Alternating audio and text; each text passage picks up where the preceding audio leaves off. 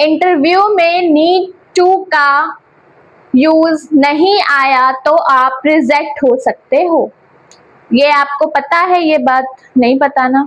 आज मैं बताने जा रही हूँ नीड टू।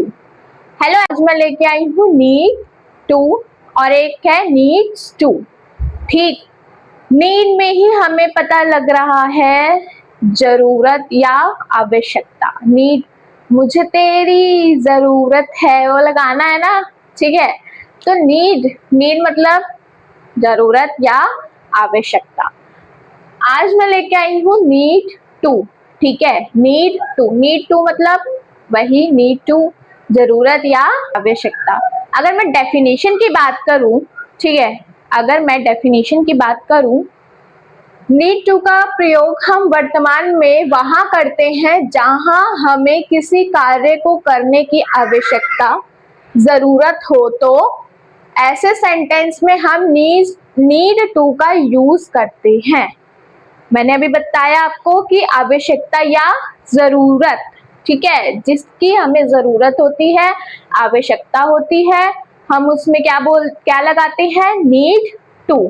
ठीक, जैसे मुझे स्कूल जाना जरूरी है, मेरे को चाय पीनी जरूरी है, मुझे इंग्लिश सीखनी जरूरी है, ठीक है, मुझे इंग्लिश सीखने की जरूरत है, ठीक है। तो बेसिकली बहुत सारे ऐसे वर्ड्स होते हैं जिसमें हमें जरूरत होती है। अगर मैं बात करूं नीड टू की, नीड टू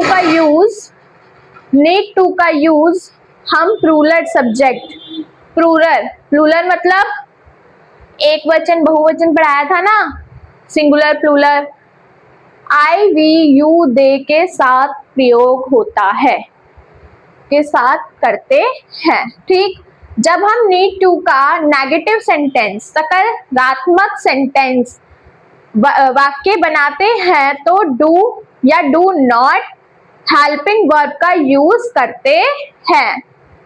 जब हमें नीड टू का नेगेटिव के लिए हम क्या लगाना है? डू या do not, right. Helping verb का यूज करते हैं, हेल्पिंग वर्ब है ये, ओके।